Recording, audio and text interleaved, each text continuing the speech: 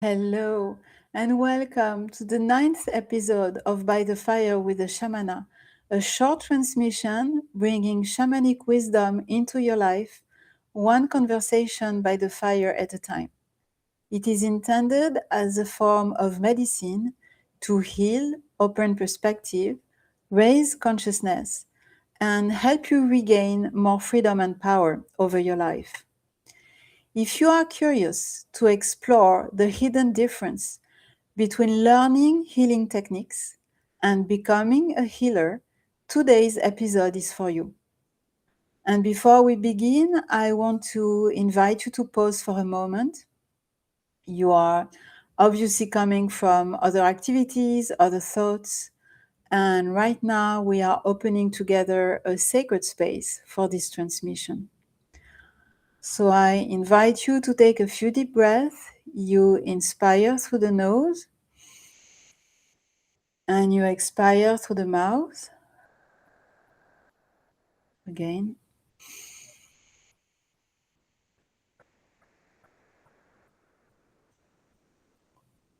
And you feel the air you breathe circulating through your whole body, through each of your cells.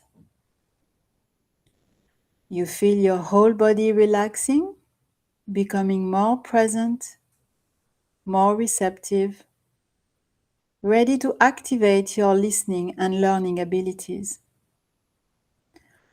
And as you arrive more fully into this space, ask yourself, what is your state in this moment? How do you feel? It doesn't matter if you feel good or bad, just include, whatever you feel. If there is a comment section on the app where you're listening to this episode, I invite you to write how you feel there in the comment section so we can include it together in this sacred space. And when you feel ready, enter. When I started my journey in the healing world, I made a very common mistake lots of newcomers do. I believed that becoming a healer was primarily about learning techniques, healing methods, having certifications, learning rituals, tools, whatever. And of course, technique matters. I mean, I'm not saying they don't. They are valuable. They're even essential. When you start, they give you a structure, language, and ways of working. But over the years, I have come to believe that becoming a healer is about much more than learning techniques, because healing does not happen only through what we do. It also happens through who we are as a healer. We become the space through which energy moves. And that changes everything. When most people start this journey, they focus on what they can do. How do I protect myself? How do I clear energy? How do I connect with my intuition? How do I clear family memories? How do I develop my gifts? These are all valid questions, but there is another question that often gets forgotten. Who am I becoming while I learn all of this? Because the quality of your presence changes the quality of everything that happens around you. I'll give you an example. When you think about the people you trust the most, the people who make you feel safe, the people whose presence calms a room without them saying very much, most of the time, what affects us is not what they know, it is who they are. And I believe healing works in the same way. Technique performed from fear does not create the same space as the exact same technique performed from grounded presence. And the difference there is not the method. The difference is the person holding it. This is why I often say that the first tool of any healer is not a drum or a crystal or, a modality or even intuition. The first tool is ourselves. Our capacity to remain present, grounded, clear, connected to life and to reality, while another person is moving through their own process. And perhaps this is why so many people collect techniques but still feel uncertain. Because deep down, they are trying to acquire through knowledge what can only be developed through embodiment. They are trying to become healers by accumulating tools when the real invitation is to become the kind of person who can hold healing space. Healing begins with who we are when we practice healing. And if we are the instrument through which healing happens, then it becomes impossible to separate healing from self-awareness. Because wherever we remain unconscious, our unconsciousness comes with us. It comes into our conversation, our relationships, our work, and it comes into our healing practice. Techniques help us meet a person where they are. They give us language, structure, a way to begin work, but they are not the work itself. The real work is learning to know ourselves, to observe ourselves, to recognize our reactions, our assumptions, our fears, our blind spots, our beliefs, our shadow areas. Not because we are trying to become perfect, but because every layer of awareness gives us a clearer relationship with reality. And the clearer we see ourselves, the clearer we can see another person. The less we are trapped inside our own stories, the more available we become to theirs. The less we project, we assume, we judge, we interpret, the more we can simply be present with what is actually happening. One of the great paradoxes of healing is that many people begin this path because they want to help others. Yet sooner or later, they discover that the path keeps bringing them back to themselves, back to their own awareness, back to their own growth, back simply to their own relationship with life. Now, as in every episode, I would like us to experience this teaching together. So before we begin the exercise, just a quick reminder to use your judgment and stay safe if you're driving or doing any activity that requires your attention. If you feel comfortable, I invite you to gently close your eyes for a moment and simply take a slow breath in through the nose, out through the mouth. Allow your body to soften a little. Relax your shoulders, your jaw, your face, and simply notice the space your body is occupying right now.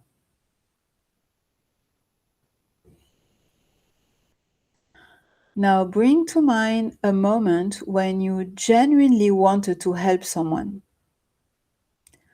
It could be a client, a friend, a family member, a colleague, anyone who was going through a difficult situation. Take a moment to reconnect with that person, reconnect with your desire to help them. Now remember the context. What was this person experiencing?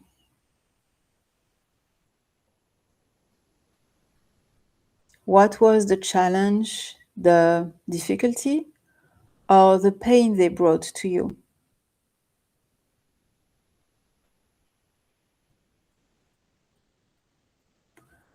Take a moment to place yourself back into that situation and ask yourself, what was it about their situation that made me want to help?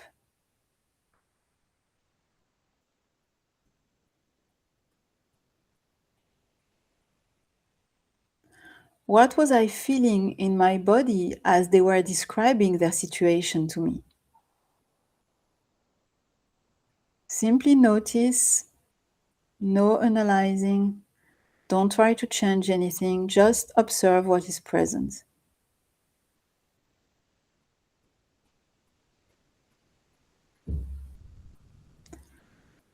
Was it immediately obvious to me that I should intervene in that situation?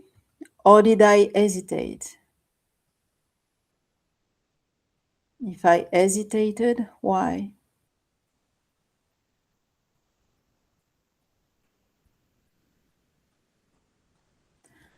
Now go one step further. Was my desire to help them entirely about them? Or was part of me responding to something inside myself?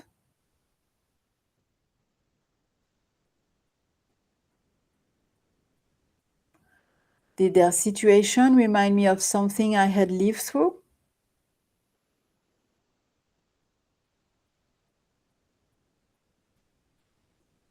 Did it touch one of my own wounds or one of my fears? Or maybe an unresolved experience I went through? Just observe, not with judgment, just with curiosity and awareness.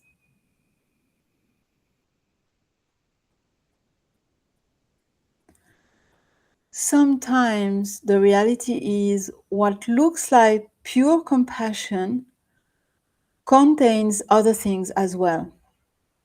Echoes from our own story, fear, attachment, identification, desire to rescue, or simply the discomfort of witnessing another person's pain, especially if you're an empath, that's very difficult. And none of this makes us bad healers. All of these emotions make us human. However, one of the most counterintuitive things for beginning healers to understand is that we do not accompany others from our emotional body, nor from our mental body. We accompany others more effectively from a neutral place of compassion, from the heart, from our higher self, from a place of deeper knowing that exists beyond our personal story. A knowing that often sees more than we can see as individuals. And why? Because it is a space that cares deeply, yet remains free from interference from our own history. A space that is not attached to a particular outcome. A place that trusts life enough to allow what is truly needed to emerge. Because what is best for another person is not always what we personally think should happen. And sometimes, from our limited perspective, we simply cannot see the larger picture. The role of the healer is not to impose an outcome. It is to become available to a greater wisdom than their own. And now just take one more slow breath in through the nose, out through the mouth. And notice what this reflection reveals about your own way of helping others. Simply stay with it for a moment, allowing awareness to do its work. Now, as every week, I would like to leave you with a simple integration practice to continue exploring this concept during the week ahead. So this week, I invite you to simply observe the moments when you feel the impulse to help someone. And each time it happens, pause for a moment and ask yourself, why do I want to help? What part of me wants to help? And what part of me wants a particular outcome? Notice what happens inside you if that outcome does not seem possible. Does something become uncomfortable? Does something want to control, rescue, convince, or fix? There is nothing to judge and nothing to change. Simply becoming aware of these inner movements is already part of the work. And little by little, you become to recognize the difference between helping from personal attachment and accompanying from conscious presence. What this episode invites us to remember is that learning healing techniques and becoming a healer are not the same thing. Techniques can be learned in a course, but becoming a healer is a path. It is a lifelong commitment, a commitment to self-awareness, to continuously exploring the way our own stories, fears, belief, and unconscious patterns influence how we meet another human being. Because every time we become a little more conscious, a little more present, a little more aligned, we also become a clearer instrument through which healing can move. Before we close this sacred space together, I invite you to take one final deep breath. You inhale through the nose and exhale through the mouth.